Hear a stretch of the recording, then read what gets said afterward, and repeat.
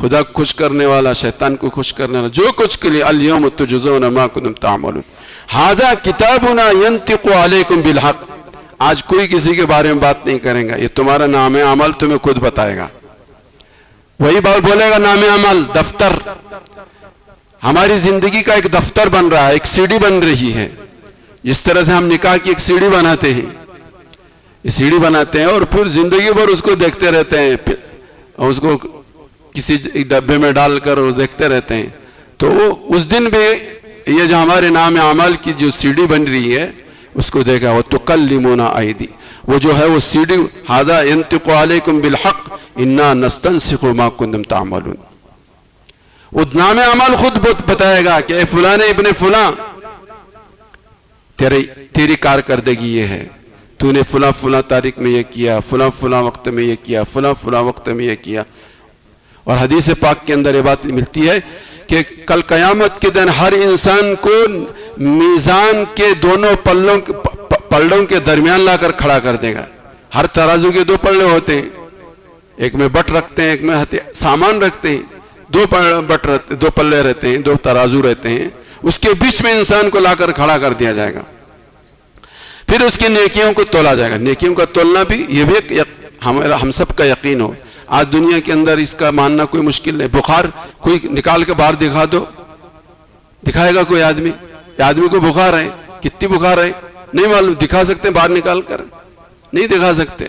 لیکن اس کے ناپنے کا ڈاکٹروں کے پاس ناپنے کا پیمانہ ہے. کہتے 1 کلو ہے کہ 2 کلو ہے، 4 کلو ہے، 5 کلو ہے. وہ بتاتا ہے 99 پر ہے، 100 ہے، 102 ہے، 102 کلو ہے، 103 کلو بتاتا ہے ڈاکٹر. تو یہ تو ایسی چیز ہے کہ اس کو الگ نہیں کیا جا سکتا، لیکن اس کو بھی آج ناپا تولا جا رہا ہے، ناپا تولا جا رہا تھا. اسی طرح سے کل قیامت کی دن ہر انسان کا عمل تولا جائے گا. کسی شکل میں متشکل کریں گے اور پھر اس کو ترازو میں تولیں گے. قرآن کریم نے ایک جگہ نہیں 20 جگہ اس کا تذکرہ فرمایا ہے. موازین القسط، ہم انصاف کا ترازو قائم کریں گے، انصاف کا ترازو قائم کریں گے. تو میں یہ کہہ رہا تھا کہ کل قیامت کی ہر انسان کو ان دونوں پلڑوں کے بیچ میں لا کر کھڑا کر دیا جائے گا. ایک فرشتہ آئے گا، اس کی نیکیوں کو تولا جائے گا، گناہوں کو تولا جائے گا. اگر اس کی نیکیوں کا پلڑا بھاری ہوتا ہے تو وہ فرشتہ جو ہے ایسی آواز میں پکار کر کہے گا فلاں ابن فلاں کامیاب ہو گیا، فلاں ابن فلاں کامیاب ہو گیا. پوری انسانیت حضرت آدم علیہ السلام سے لے کر قیامت تک جتنے انسان سب سنیں گے. کوئی ایسا نہیں ہو سکتا کہ نہ سنے، اس کو آواز نہ پہنچے. مشین لگانے کی ضرورت نہیں پڑے گی، وہاں پر مائک لگانے کی ضرورت نہیں پڑے گی. ہر ایک کو ایسی آواز پہنچے گی جیسے کہ میں آپ کے سامنے بیٹھ کر بات کر رہا ہوں. تو فرشتہ کہے گا کہ یہ فلاں ابن فلاں ابن فلاں فلاں جگہ کا رہنے والا یہ کامیاب ہو گیا. اسے خوشی کی کوئی انتہا نہیں ہوگی. ایسے ہی جس کا پلڑا نیکیوں کا پلڑا ہلکا ہو جائے گا، اس کے متعلق بھی فرشتہ یہ آواز لگائے گا فلاں ابن فلاں ابن فلاں یہ ناکام ہو گیا اور ہمیشہ کے لیے ناکام ہو گیا. پوری انسانیت سنے گی، پوری انسانیت اسے سنے گی. میرے بھائیوں، بزرگوں اور دوستوں، 6-7 جمعہ سے آپ حضرات کے سامنے بہت مختصر احوال آخرت کو علماء نے، محدثین نے کتابوں احادیث کی کتابوں میں اتنا جمع کیا. حضور نے جو کہا ہے سب کو محفوظ کیا. مستقل کتابچے اور رسالے اور مستقل زخیم کتابیں احوال آخرت پر علماء نے لکھے ہیں. احوال آخرت تو دور کی بات، ایک ایک احوال پر، عالم برزخ، عالم محشر، میزان، قصاص، ترازو، جنت اور اس پر مستقل ایک ایک عنوان پر بے شمار کتابیں علماء نے لکھی ہیں، جن کو اس مختصر سے وقت میں ان جمعہ کے خطبوں میں پیش نہیں کیا جا سکتا. میں نے کچھ جھلکیاں آپ حضرات کی خدمت میں 1.5-2 مہینے سے رکھی ہیں. خدا کرے کہ مجھے اور آپ کو سب کو اس کا یقین آ جائے اور ہم اپنی زندگیوں کو کچھ نہ کچھ، تھوڑی بہت تو بھی کچھ نہ کچھ ہم اپنی زندگیوں کے رخ کو بدلنے کی کوشش کریں. یہی کام آنے والی چیز ہے. بار بار کئی مرتبہ بات بتائی. موت کے وقت کام آنے والی نماز، قبر میں کام آنے والی نماز، قبر سے اٹھنے کے بعد حوض کوثر پر جانے سے پہلے کام آنے والی نماز، بغیر حساب کتاب کی جنت میں لے جانے والی نماز، جہاں بھی جتنے بھی مراحل ہیں ان سب کے پیچھے کارآمد سود مت کوئی عمل ہے تو نمبر 1 پر نماز ہے، نمبر 1 پر نماز ہے۔ لیکن نمازی سے ہم بے خبر ہیں، نمازی سے بے خبر ہیں تو بقیہ اور ساری چیزوں سے کتنے بے خبر ہوں گے، کتنے لاپرواہ ہوں گے، کتنے غافل ہوں گے، اس کو کہا نہیں جا سکتا، سنایا نہیں جا سکتا، سنا نہیں جا سکتا، اتنے ہم دور ہیں۔ اور اللہ مجھے بھی اور آپ کو بھی، سب کو بھی موت سے پہلے فکر آخرت عطا فرمائے، اور ہم سب آخرت کے استحضار کے ساتھ ایک بات کہہ کر اپنی بات کو ختم کروں۔ یہ تو میں 6-7 ہفتوں سے 1.5-2 مہینے سے سنا رہا ہوں۔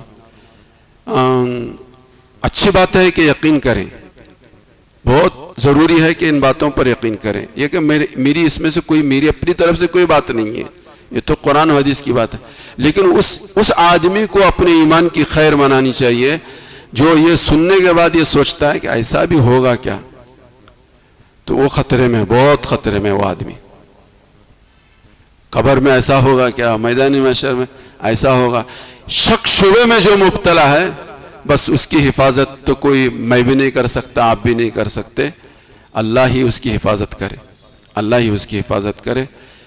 اللہ مجھے بھی اور آپ کو بھی سب کو سمجھنے کی توفیق عطا فرمائے۔